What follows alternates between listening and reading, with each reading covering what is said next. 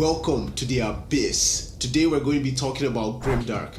Yes, you know that place where happiness goes to die and brooding reigns supreme? That's what we're going to be talking about today. But don't worry about it, I'm going to be guiding you through this treacherous landscape of terror and intrigue. First things first, every genre has cliches, but Grimdark takes it to a whole new level. Let's back up a little bit. Is Grimdark even a genre, or is it just a vibe? I'd argue that it's the latter. It's like a fun bad mood for the emotional masochist. No happiness, no hope, only death and brooding. In Grimdark, if someone as little as cracks a smile, you know that their death is just around the corner. It's a world where you get attached to characters only to have them ripped away from you. It's kind of like the same feeling when you find the perfect sparking spot and it gets stolen by someone else in the last second. Grimdark.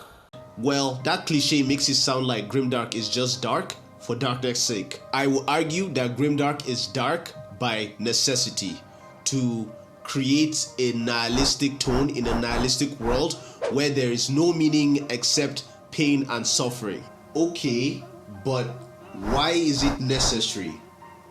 When you put humans who make meaning out of everything in a world that is inherently meaningless, they are bound to try to come to terms with that meaninglessness in different ways. Some will do it through philosophy, some will do it through theology, some will do it through ideologies.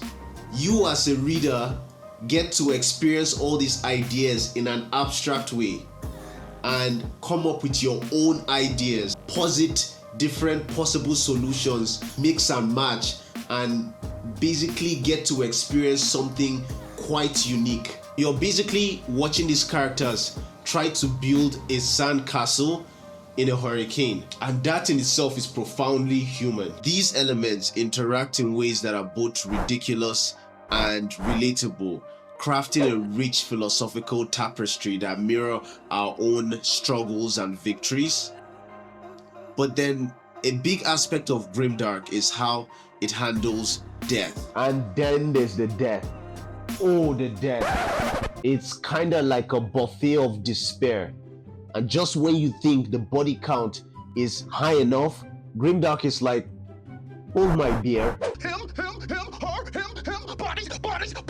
bodies! They're all dead. Grimdark. The point of the death and all the dying in Grimdark is to obliterate plot armor, so that every decision that the characters make are important, especially when you care about them. Nothing can be taken for granted. This effect keeps the story as unpredictable as a fantasy story can be, and you're deeply invested and administer as much postulation as possible into decisions that the characters make. But even in the darkest tale, there has to be moments of light. And these moments of light aren't just breaks from all the doom and gloom. They are an essential contrast that help to define the darkness. You can think of these glimpses of hope as the flame that the moth can't resist, even if it's destined to be snuffed out. This relationship is why in the darkness, the light shines brighter. Surrounded by desperation, hope means something. Where there is hate and selfishness, you can feel love that much deeper. And in the agony, misery, and despair, you can really hang on to hope. In our protagonist, meet our protagonist, the anti-hero, gruff, immoral, possibly evil, but definitely doing things just to shock you. Why, you ask? Because he is deep and complex. Is shallow like the guy who wears sunglasses indoors just to look cool. But wait, there's more. If that's the hero, then what about the villain? He has to be made way worse, just so that you don't mistake the two. And when I say worse, I mean like puppy kicking worse. Grimdark. I've got to admit, a character who is edgy simply because it's a grimdark story is kind of cringe and unnecessary.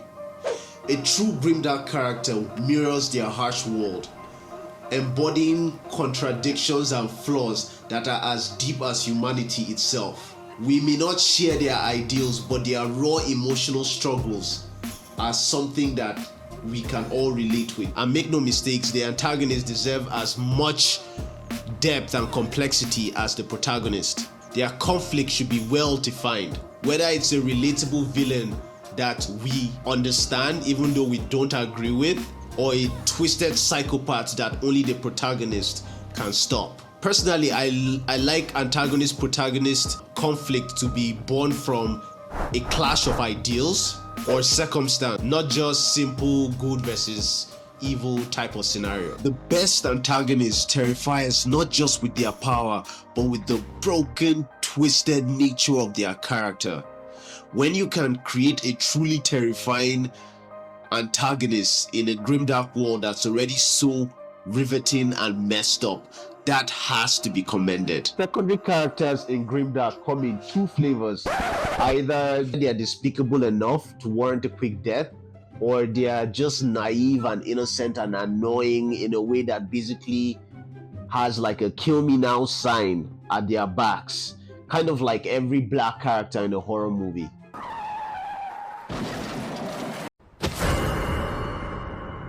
Grimdark. I would say that in a good grimdark story, the despicable characters serve as worthy adversaries for the protagonist to grow from as they reveal their twisted paths of morality and highlight different shades of right and wrong in a world where cause and effect are deeply entangled. On the other hand, the naive characters that are desperate to die underscore the fragility of life and the high stakes involved in the story. Their fleeting purity and tragic loss of innocence adds a poignant contrast, enriching the narrative with layers of emotional depth and emphasizing the cruel beauty that can only be found in a grimdark story.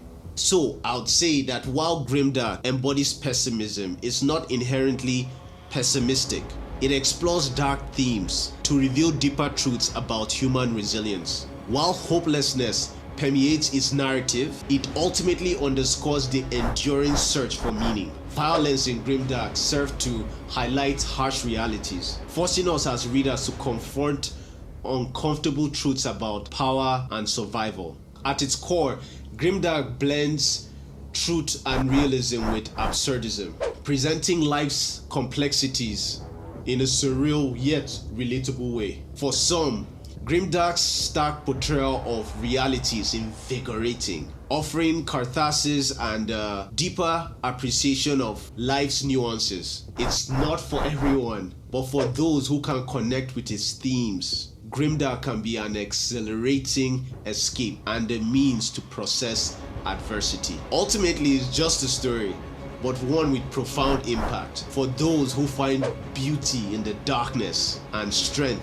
in struggle. Are you one of the chosen who sees light within the shadows? If you enjoy listening or watching me be absolutely dramatic about the things that I love and I hate, check out this video over here where I talk about why I absolutely hate happy endings. Don't forget to like, comment, and subscribe. Stay epic and peace.